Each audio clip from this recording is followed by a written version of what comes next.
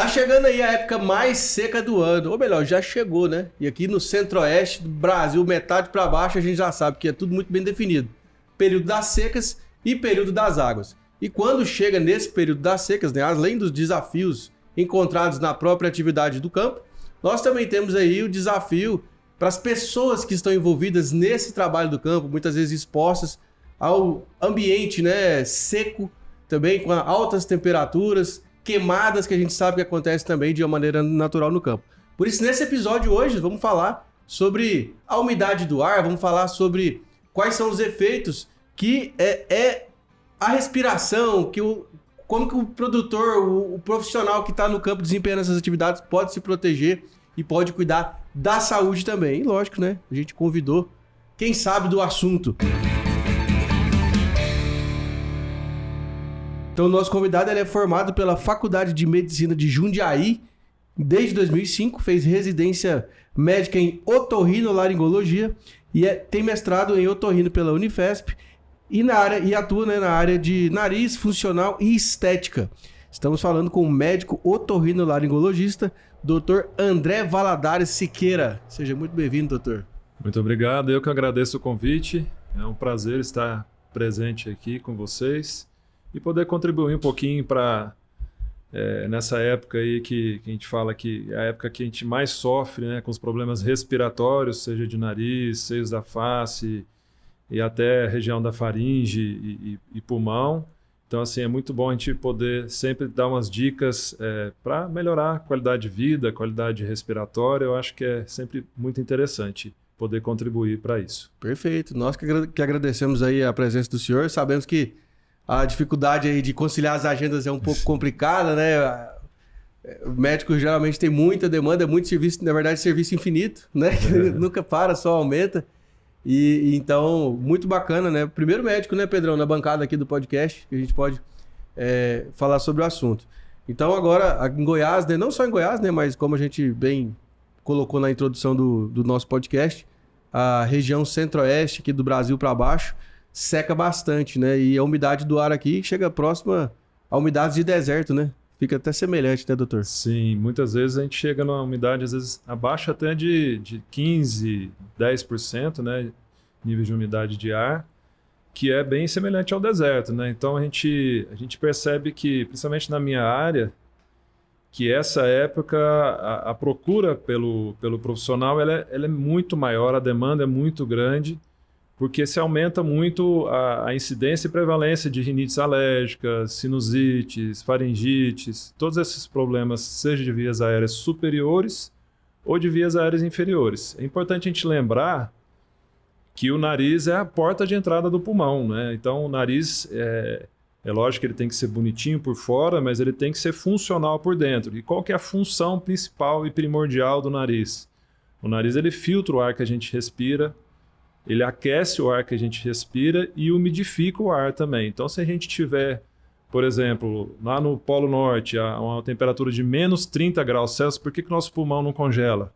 Porque deveria congelar, pela lógica. Uhum. A estrutura maravilhosa que consegue transformar a temperatura do ar, que é super negativa, em uma temperatura sanguínea, que é mais ou menos em volta de 35, 36 graus, é o nariz. Então, o ar que passa pelo nariz, ele é rapidamente transformado instantaneamente, né? E aquecido em segundos, em milissegundos. Por quê? Porque o nariz ele é ricamente vascularizado, né? A gente tem artérias e veias no nariz, por isso que o nariz sangra com muita facilidade, às vezes principalmente nessa época seca. Mas é essa irrigação sanguínea que chega no nariz que consegue transformar a temperatura do ar que passa próximo às veias na temperatura sanguínea. Então, existe uma troca de calor absurda. Da mesma maneira que se a gente respirar um ar em uma umidade muito baixa, que seria a desértica ou a que a gente tem atualmente em Goiânia, é o nariz também que umidifica esse ar. Então, não deixa esse ar chegar tão seco no pulmão para não ter nenhum tipo de agressão física pela baixa umidade. Então, o nariz também transfere a umidade sanguínea para o ar que passa através do nariz. Então, isso tudo serve como uma proteção para o pulmão. Então, por isso que o nosso nariz ele tem que funcionar bem, ele não pode ser entupido, ele não pode ser muito ressecado, Qual que é uma maneira que a gente tem muito simples, uma dica muito simples para a gente manter, lógico, a umidade, melhorar um pouco a umidade, principalmente nessa via respiratória nasal. É uma simples lavagem nasal com soro fisiológico. Eu não recomendo a gente usar uma água de torneira ou uma água de chuveiro, porque a gente fala que a água em contato com o nariz, ela tem um pH que não é adequado para a mucosa nasal, então ela acaba ressecando mais. É um contrassenso, mas se você jogar água pura no nariz, você vai ter um ressecamento maior do nariz. Então, o ideal é você colocar pelo menos lavar com soro fisiológico as cavidades nasais. Isso pode ser colocando o soro na mão ou através de uma seringa. Existem diversas maneiras caseiras que você pode lançar a mão dessa lavagem nasal.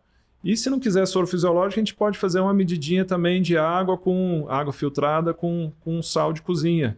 Né? A gente pega 200 ml um copinho de 200 ml de água filtrada e uma colherzinha de sal, aquela menorzinha de café com sal, dilui e faz a lavagem nasal. Pode ser na mão, pode ser com seringa ou pode ser com aqueles dispositivos mais modernos que existem para fazer lavagem nasal. Com isso, você está limpando o filtro do seu pulmão, que é o nariz, né? Você está limpando e umidificando. Você está ajudando o seu sistema respiratório. E essa lavagem recomenda fazer uma vez no dia? Essa lavagem, pelo menos 2 vezes ao dia. Duas mas vezes assim, ao dia. A gente tem uma quantidade mínima que são 2 vezes, mas quanto mais você puder lavar, melhor, né? Mas assim, lavando de manhã e de noite, isso já ajuda bastante. Principalmente à noite. Por quê? Do mesmo jeito que a gente tem o hábito de escovar os dentes, né, a gente tem que ter o hábito de lavar o nariz também. Por quê? Porque o nariz também, como ele é um filtro, ele retém partículas de fuligem, de poeira, que estão no meio ambiente, ali, né? Que a gente está no meio ambiente, isso vai sendo filtrado e retido no nariz. Então, a partir do momento que você faz uma lavagem no final do dia, que foi o dia que você teve mais exposto aos agentes do ar, né, da poluição e tudo mais, a partir do momento que você faz uma lavagem à noite, você está limpando o seu filtro. A mesma coisa é você limpar um filtro do ar-condicionado, né? Você tem que limpar, você pegar um ar-condicionado desse, deixar 1 mês funcionando e pegar o filtro, você vai ver que está cheio de coisa retida. No nariz é a mesma coisa. Então, por isso que a gente tem que fazer uma lavagem pelo menos uma vez ao dia. O ideal seria 2 vezes ao dia, de manhã e de noite. Com isso, a gente evita muitos problemas mesmo, desde infecciosos até problemas alérgicos, né, inflamatórios também. Bacana. Doutor, e jogando uma polêmica na mesa aí, né, que eu sei que essa época tem a galera que fica viciada naqueles sorozinhos de desentupir o nariz, né? E o pessoal, já tem gente que fica até desesperado quando fica sem isso aí, né, no bolso aí, que eu já vi. O Pedro ali, por exemplo, o seu Nelsoro tá no seu bolso aí, né, Pedro? Nelsoro, o seu tá no seu bolso aí, né? Não fica sem, né? Pois é.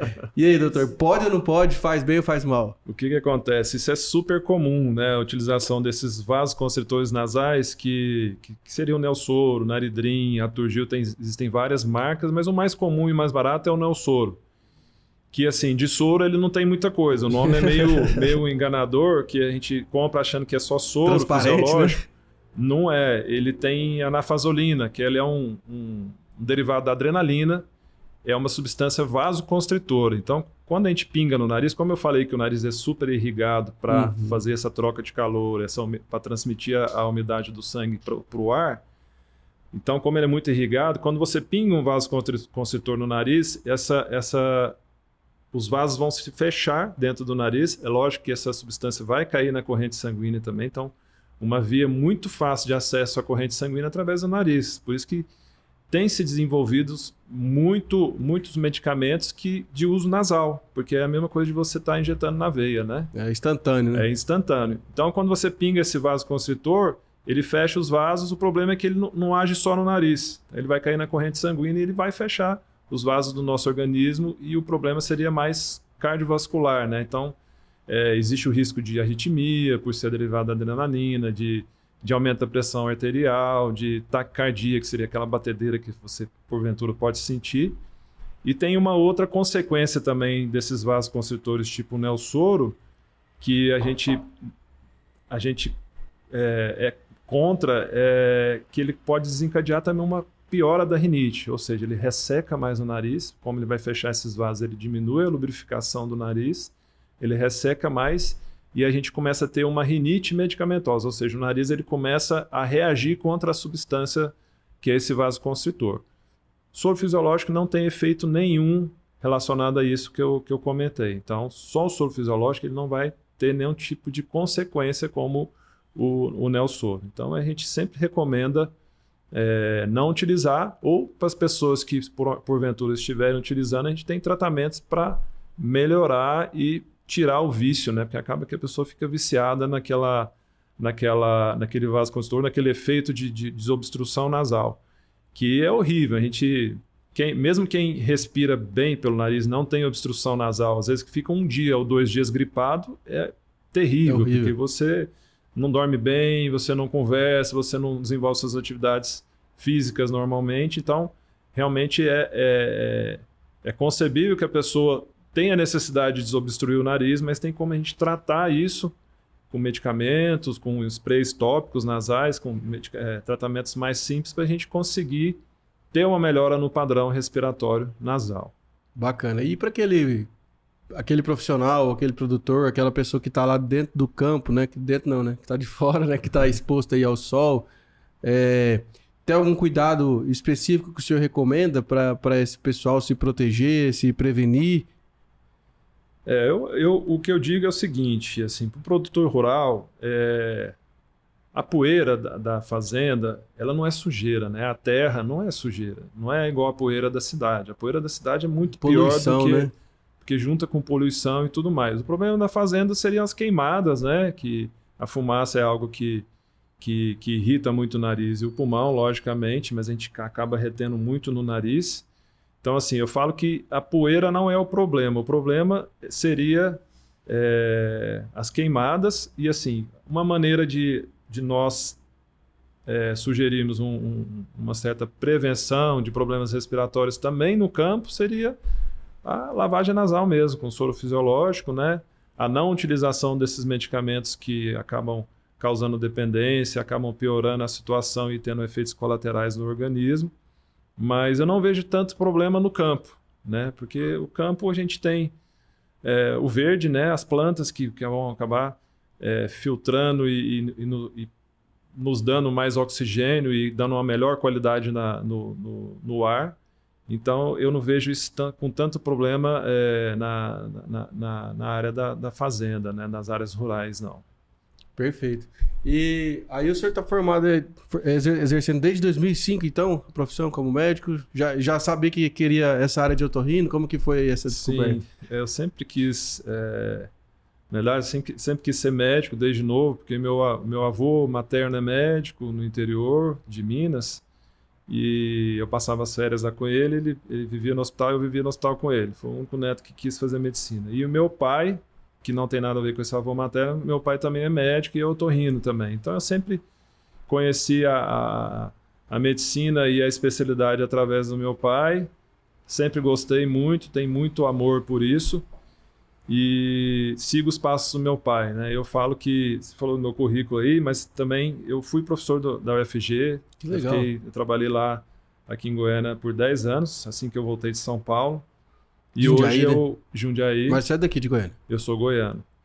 E hoje eu trabalho no CRER também. Então eu sou otorrino no CRER e sou orientador de residência lá no CRER. Então nós temos residentes médicos que fazem especialização em otorrino. Então nós formamos, eu formo otorrino desde que eu acabei minha residência. Eu adoro ensinar e passar conhecimento para os colegas, para os médicos e para todo mundo que precisa, né? Eu acho que é importantíssimo, a gente até discutiu, você até comentou com relação ao podcast e eu comentei, hoje em dia a gente não senta mais na frente da televisão e fica assistindo televisão esperando aquele momento de uma novela, de um jogo, de um filme, como se fazia antigamente, porque a gente tem informação na palma da mão, a gente tem a informação através dos podcasts, nos celulares, então isso é importantíssimo. E a gente tem que parar de querer ter o conhecimento só para a gente. Acho que quanto mais a gente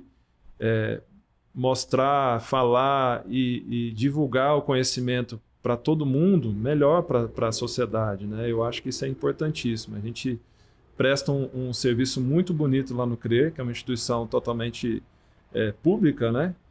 E hoje em dia a gente opera, eu sou cirurgião, eu faço muita cirurgia, como você disse, de nariz, e faço cirurgia com pacientes que às vezes quebram o nariz, batem, que têm malformações, lábios leporino, né? Então a gente ajuda muitos pacientes no CRE com esse tipo de cirurgia para reconstrução, para reestabelecer a respiração e também para cura de sinusite. Isso é uma outra questão que no nosso centro-oeste, devido ao nosso clima, nós temos muito comumente problemas de rinite e sinusite.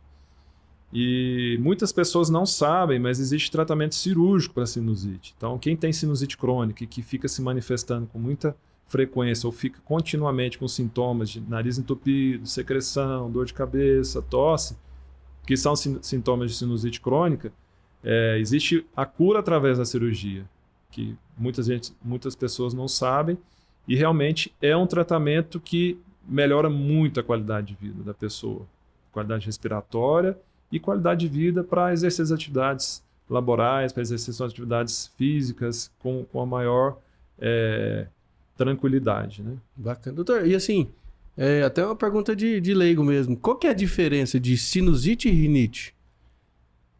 Não existe muita diferença. Geralmente a sinusite começa com a rinite, porque a rinite é uma inflamação no nariz, na mucosa que reveste o nariz por dentro, e a sinusite é quando essa inflamação se estende para os seios da face, porque é tudo comunicado, tudo interligado, mas sempre começa aqui no nariz para ir para os seios da face. A não ser doenças específicas que já se manifestam com sinusite, mas é tudo um contínuo que a gente fala, é uma continuidade. A rinite, ela vira uma rinocinusite. Então, entendi. A gente nem gosta muito de separar rinite com sinusite, porque é bem semelhante. E o tratamento também parte através desse princípio, que a gente tem que tratar também a rinite, tem que tratar o nariz para melhorar a sinusite.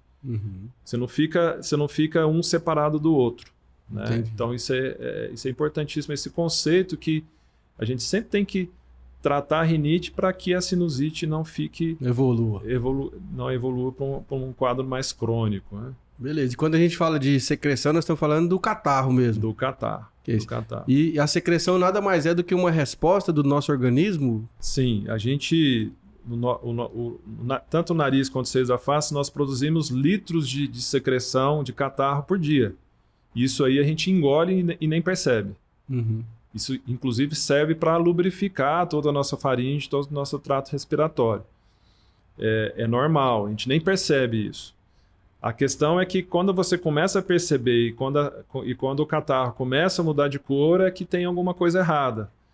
Um outro conceito que é importantíssimo também é que todo mundo fala, estou com catarro amarelo no nariz, eu estou com sinusite. Eu estou com catarro amarelo na tosse, eu estou com sinusite. Não é secreção. O catarro de infecção bacteriana é um catarro como se fosse um leite condensado. Ele é branco purulento. Bem amarelo. É pus, é branco, não é nem amarelo. Tanto o amarelo quanto o esverdeado, ele não significa que está com um processo infeccioso. Significa que ele está com geralmente um quadro viral, que é o mais comum, o maior causador de rinite e rinossinusites, né? E muitas vezes, nesse momento, a simples lavagem nasal com soro fisiológico já evita de você evoluir para um quadro bacteriano e ter necessidade de usar um antibiótico. Então, é importantíssimo esse conceito, que muitas vezes a pessoa já começa com aquele catarro, começa um resfriado e já começa com um catarro mais com a coloração amarelada ou esverdeada, fala assim, não, eu quero entrar com antibiótico, quero tomar antibiótico para melhorar.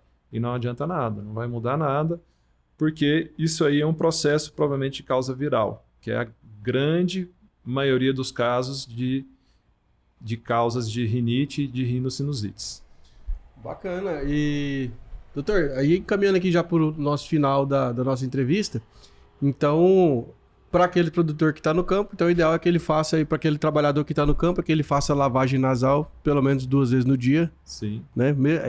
É menos mal ele estar no campo do que se ele estivesse na cidade. Exatamente. Quem está na cidade tem que ser igual escovar o dente, né? Isso. Tem a refeição, lava o nariz. Isso. Lá em casa tem até uma criança de 3 anos, a gente comprou uma vasilha que tem um cano assim, em J, assim, que você põe no nariz e aperta e já sai do outro lado. Aquilo lá é bom, né?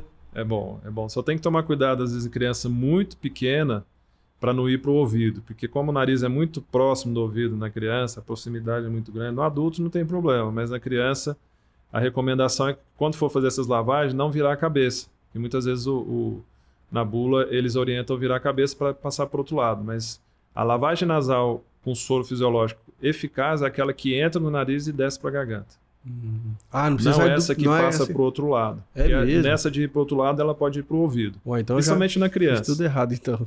Porque toda a vida eu sempre olhava colocava de um lado, mas saía do outro. Às vezes você pode causar uma otite. Isso pode acontecer. Principalmente não nesse dispositivo, porque esse dispositivo ele não tem uma pressão muito alta. Mas hoje em dia tem umas garrafinhas, parecem uns squeeze, umas garrafinhas massinhas que você coloca no nariz e aperta para lavar. O problema dessa garrafa é se a pessoa apertar muito forte, pode ir para o ouvido, que é um alto volume e uma alta pressão. Então depende muito da maneira que você aperta para lavar. Não que eu seja contra, eu acho que tem que lavar independente pelo menos de qual dispositivo. Já é alguma coisa, né? Mas evitar de virar a cabeça e de apertar muito forte essa garrafinha. Nesse dispositivo você comentou do seu filho, também evitar de virar a cabeça. Olhando reto para frente, normal, natural.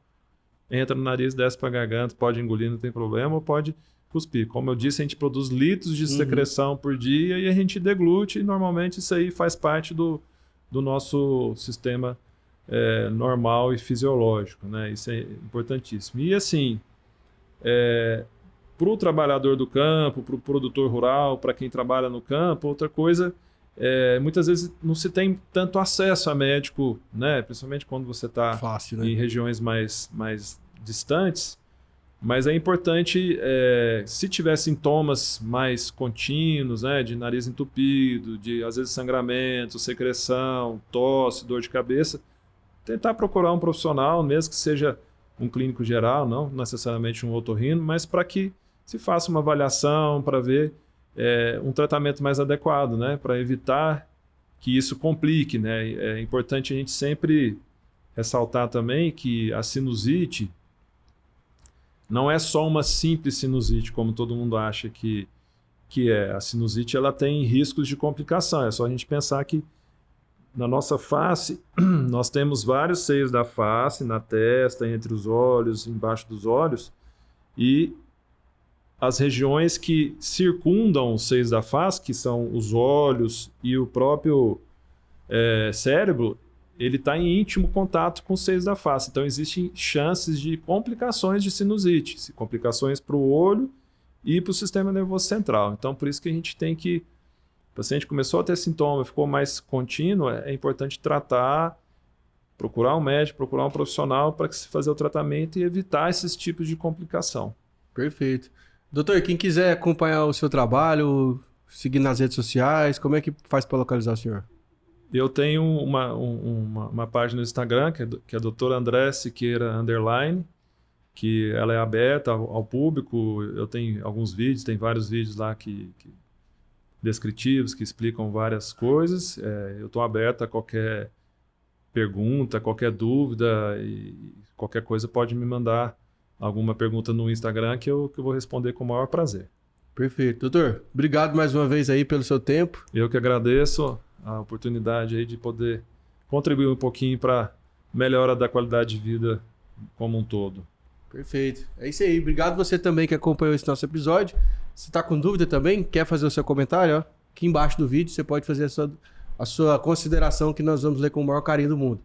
Já assistiu até aqui? Paga nós. Como? Aqui, ó, inscreve no canal, deixa seu like, comenta, compartilha e corre lá no Instagram, segue lá, @portalagro2, onde trazemos também informações diárias para você sobre tudo que está acontecendo no agronegócio, no Brasil e no mundo. Dentro do nosso portal de notícias também você encontra notícias já mais elaboradas e com as informações mais completas para você lá no www.agro2.com.br. Fechou? Obrigado pela sua audiência, tamo junto e até a próxima. Tchau, tchau.